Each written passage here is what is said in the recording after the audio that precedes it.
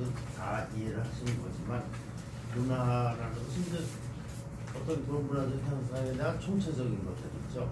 그 속에서 이제 도자기를 하는 이유가 제가 이제 도자기 전공이고요.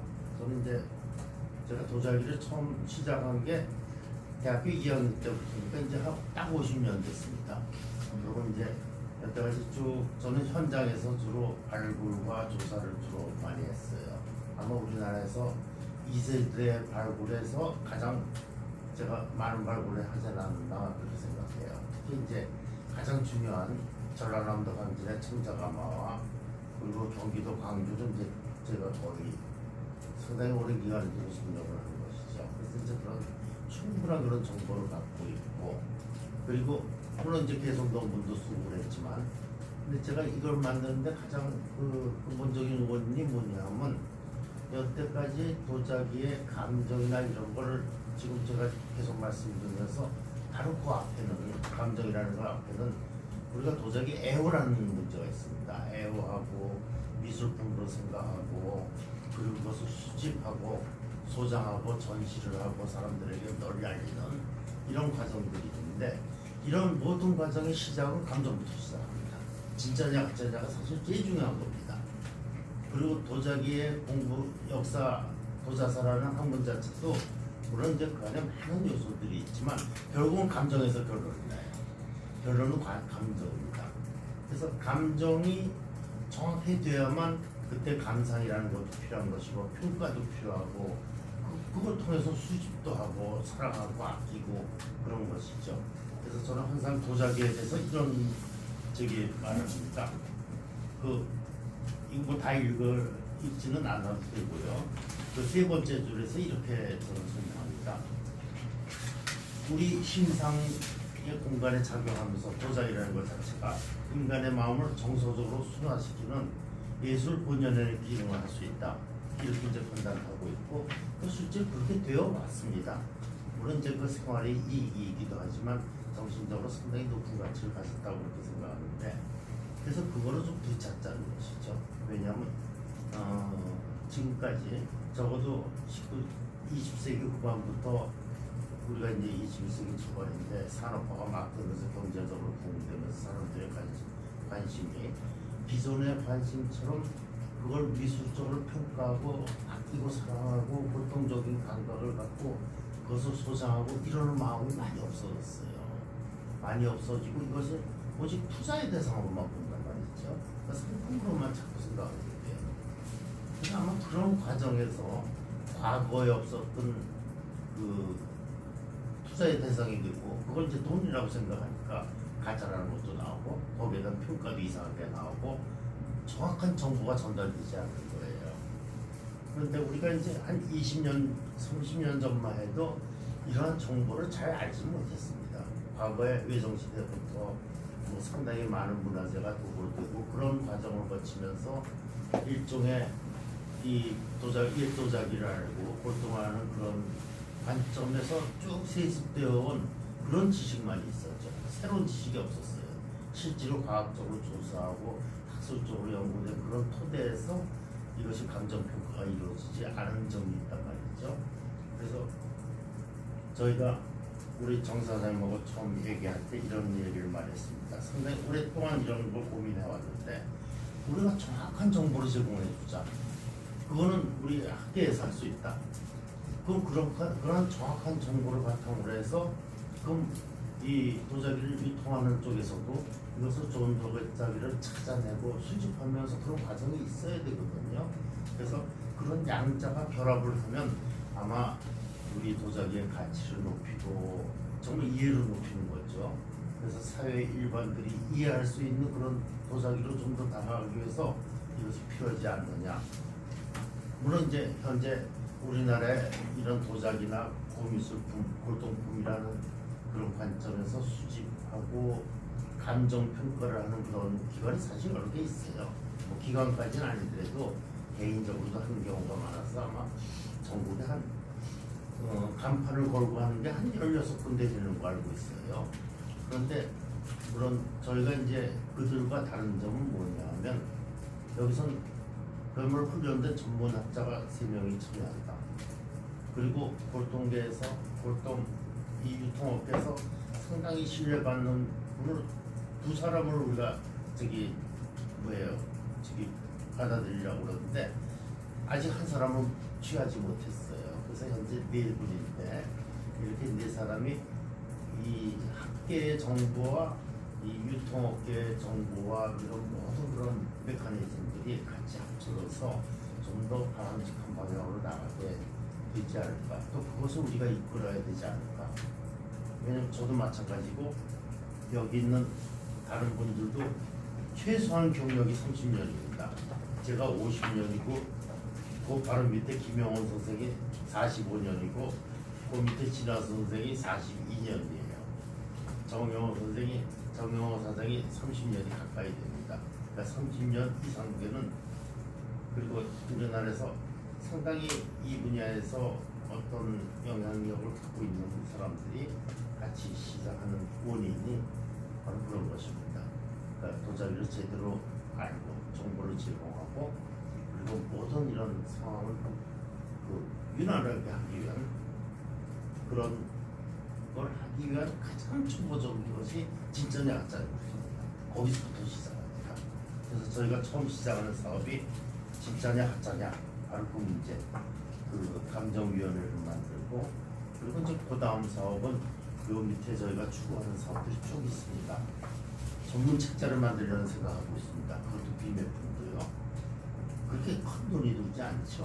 뭐 되게 얇은 거니까. 그래서 대간 콜렉터라는 제목으로 이걸 발간해서 모든 사람들에게 도자기에 대한 정확한 지식을 주겠다.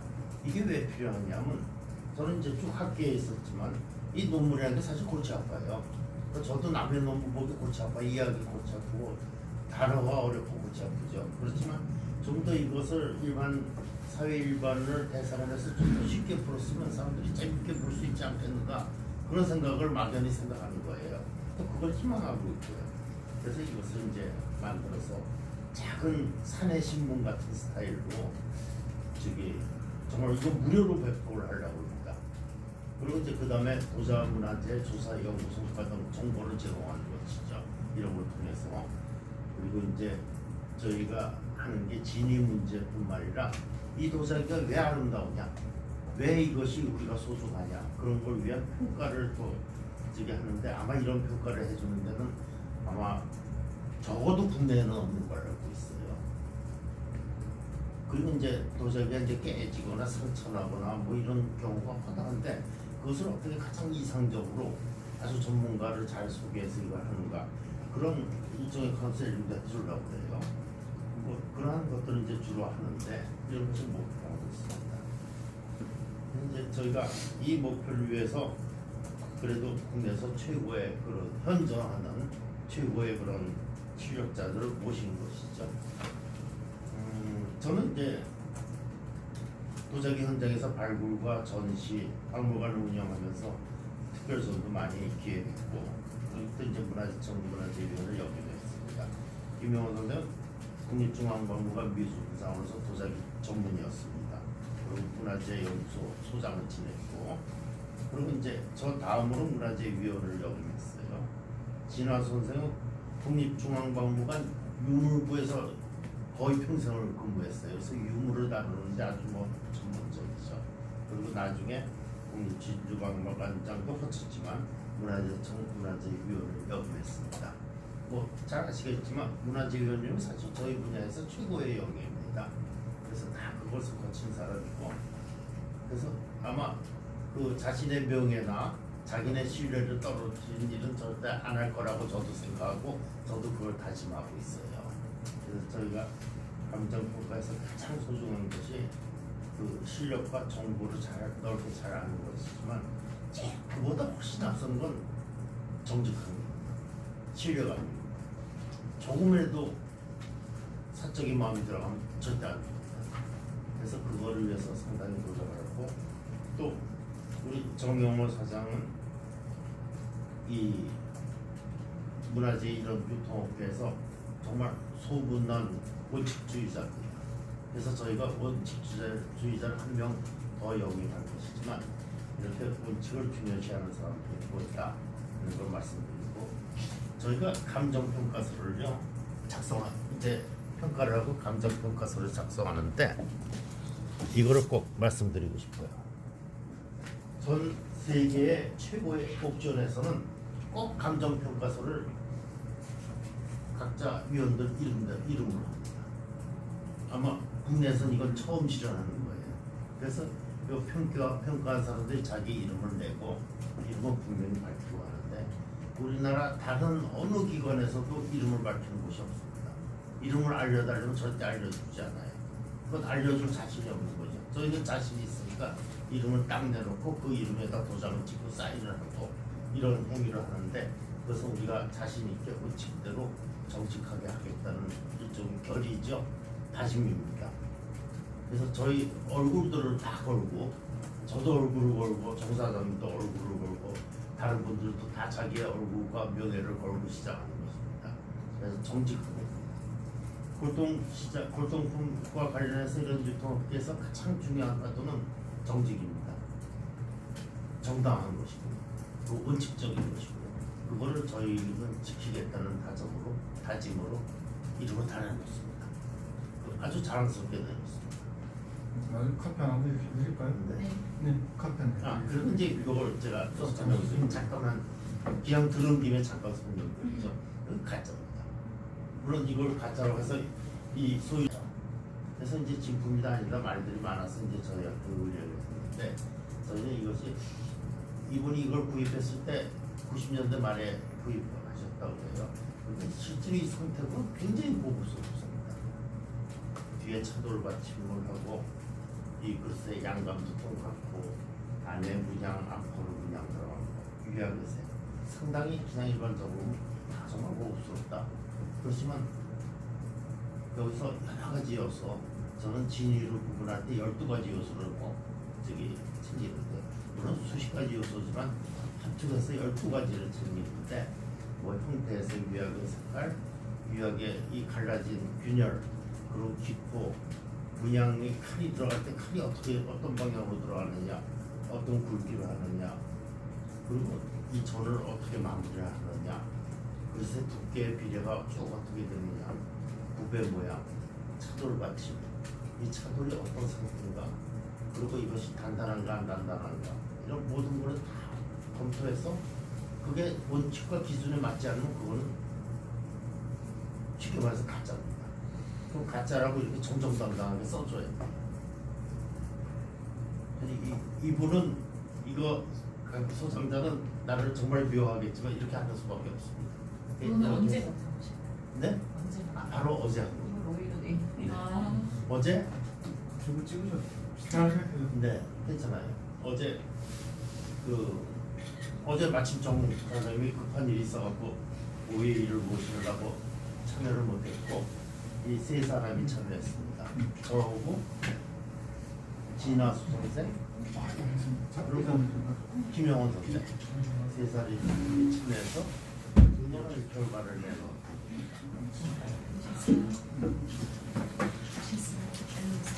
학계에서 축적된 연구 자료들이 일반에게 보편적으로 이렇게 제공되지 않고 정확한 정보가 없는 거예요.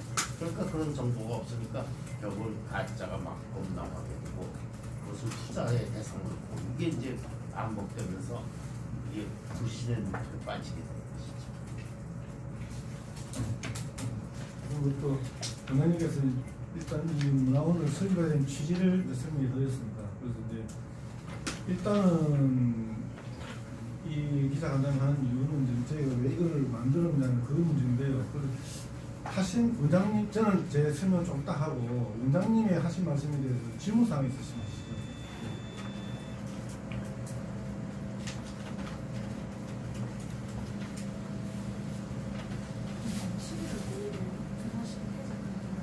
예?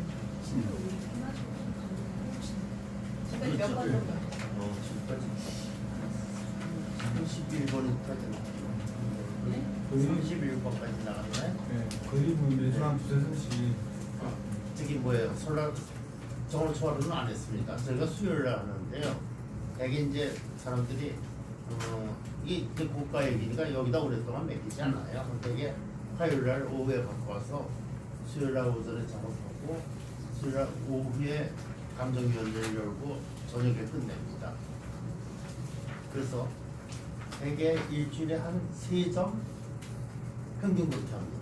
거의 뭐 매주 하게 됩니다. 어제도 3점을 했고, 그래서 처음에 시작해서는 한 1년 지나면 좀 저기 의뢰가 들어오지 않을까 그랬는데 다행히 저쪽부터 맨처음부터 끊임없이 들어오더라고요. 그래서 여러 개를 했고, 가장 고가액은 사자향로 15억짜리를 평가서를 한번 써준 적이 있고요. 그것도 옥션에서 부탁했었어 그랬습니다. 그리고 이제 큰 옥션에서 우리나라 대표적인 도자기나 우리 그 보미스품, 골동품, 문화재 이런 것들이 자꾸 침체되는 이유가 바로 문제가 진위 문제 때문이다. 실제로 진위 문제 때문이에요. 콜렉터들이 다 떠나는 이유가 몇 번 사죄당하니까 난 싫다. 우리나라 아주 상당한 대기업이고 거기서도 굉장히 그 회장님 말씀이 나는 이제 너네들한테 농락당하기 싫다. 그런 거 안 해요. 그런 거 양화로 해요. 서양 미술로. 그러니까 외국거로 사요. 그거 믿을 수 있다. 그거는 실질적으로 믿을 수 있다. 제 개성인 거였고요. 근데 방금 이제 업계 소식도 좀 네, 그러세요. 이제 저는 이제 업계에 있으니까 이제 관장님은 이제 학계 쪽에서 바라보는 시각으로 좀 말씀드렸고, 저는 상인 입장에서 조금 이렇게 언어라든지 이게 세련되진 않았지만 직설적으로 저는 말씀드리겠습니다. 지금 일단 한국 도자기 업계 문제, 그래서 저는 이제 골동이 여러 개가 있지 않습니까? 해화도 있고 모기도 있고, 저는 도자기입니다. 도자기가 전문으로 되어 있기 때문에 도자 전문원이라고 지금 만들어진 거고요. 그래서 업계의 문제점이 뭐냐면 지금 골동업계 어려운 이유는 1세대, 1.5세대 클렉터들이 다 돌아가셨다는 거예요. 예를 들어서 삼성의 이근철 회장님이라든지, 그다음에 고림의 윤장서 회장님이라든지, 그런 큰 손들이 다 돌아가시고, 그리고 그 클렉터 하시는 분들이 2세, 3세로 그게 안 된다는 거죠. 점수가 안 되니까 매일이 다 끊겼어요. 그러니까 자연적으로 장사가 잘 안 될 수밖에 없는 거죠. 돈이 흘러 안 되는 거예요. 그리고 두 번째는 시대와 세대가 변해버렸다. 그러니까 박물관보다는 미술관을 사람들이 선호를 한다는 거죠. 도자기 아까 제가 말씀드렸듯이 골동은 배우기 굉장히 힘이 들어요. 10년 이상 걸리는데 언제 일반인들이 와가지고 이 청자의 색깔이 참 예쁜데 아깝다 이렇게 느끼기 너무 오랜 시간이 걸리는데, 서양어는 보기가 참 편하지 않습니까? 색감이 좋다, 뭐 잘 그렸다, 단순성이 막 마음에 든다든지 그런 이제이기 때문에 박물관 쪽에서 미술관 쪽으로 시대와 세대가 지금 흘러가고 있다. 그래서 어느 점입니다. 그리고 네 번째로는 가장 중요한 가짜가 너무 많다는 거죠. 지금 가짜가 너무 많다. 그래서 이 가짜의 문제를 제가 좀 말씀드리겠습니다. 가짜는 사실 동서양을 막론하고 다 했습니다. 미국이 더 많죠. 이게 선진국이 될수록 더 많습니다. 그리고 액수가 클수록 더 많고. 그리고 그런데 이제 이게 중요한 거는 신뢰를 못 한다는 소리였죠. 그러니까 이제 자체 감정을 하면서 바뀌지 않는 거죠. 그러다 보니까 또 문제가 그 다른데 또 문제가 또 발생하는 거고. 그래서 저희가 이제 바깥에서 보니까 이런저런 문제점들을 다 종합해 보니까 지금 그래서 그렇다. 그리고 지금의 가짜는 옛날에 관장님 저는 있을 때하고 제가 저는 어릴 때하고 또 틀립니다. 가짜는 발전하요. 가짜도 기술이 가짜 진짜 같은 가짜예요. 예, 기술이 발전을 해요. 그래서 예를 들면은 일본에서 예를 들어서 수리를 이렇게 하지 않습니까? 그러면은 보통 우리가 자외선 적외선을 딱 빼주면은 이게 지금 이 부분이 수리됐는데 이 부분이 나와요. 이렇게 색깔이 다르게. 근데 지금 안 나와요. 예를 들어 이제 그런 식으로 기술이 개발이 된다는 거죠. 그리고 도움들도 그래서 이제 가짜 문제를 하기가 더욱더 어려워지고 있다. 현실 자체가. 그리고 이제 다음으로는 이 가짜가 유통됨으로써 사회적 문제점이 뭐가 생기느냐. 그래서 이제 일단은 많은 손님들이 일단은 이게 관심을 가지고 샀는데 이게 가짜라고 하면은 기분이 나쁘면은 더 사고 싶겠습니까? 예를 들면은 내가 보석 다이아를 하나 예를 들어서 뭐 1,000만 원 주고 샀어요. 근데 일주일 가지고 이게 가짜라는 거예요. 그럼 다이아 사고 싶으면 얼마나 팽이겠습니까? 그래서 이게 정말에서 가짜라는 것이 자꾸 유통이 됨으로 해서 손님들이 자꾸 끊긴다는 거예요. 그런 거에서 골동이 더 안 된다. 원인이 될 수 있다는 거고, 그래서 그게 지금 거의 막 지금 제가 생각했을 때는 지금 거의 끝물에 너무 바닥까지 와가 있다. 그래서 이 문화원을 만들게 된 이유고요. 또 하나의 문제점은 가짜를 파는 사람은 계속 가짜를 팔아요. 습성이. 왜? 가짜를 파는 사람이 진짜를 팔 수는 없어요. 진짜는 팔아가지고 마진이 얼마가 안 돼요. 그래서 이거는 사서 팔아야 되는 거예요. 공장에서 찍어서 만드는 게 아니고 얼마 주고 사서 얼마의 마진을 안고 팔아야 되는데 가짜는 거의 100% 남는다고 봐야 되겠습니까? 그러니까 그런 문제가 있고 그래서 이제 그런 유물을 구입하거나 물론 개인도 있고 기관도 있죠. 그리고 뭐 법인도 있고 그리고 국가기관도 있고 그럼 이제 가면 아주 안 좋은 유물들이 많이 들어와요. 근데 그거를 잘 걸러내줘야 되는데 아직 경륜이 좀 떨어진 사람들은 그걸 걸러낼 능력이 없어요. 그래서 상당히 많은 문제가 생기고 그런 많은 문제 때문에 불신이 자꾸 늘어나고 결국 사람 마음이 우리 일반 사회 마음이 도자기에서 떠나게 되는 거죠. 그래서 우리는 정확한 정보를 줘야 된다 이거죠.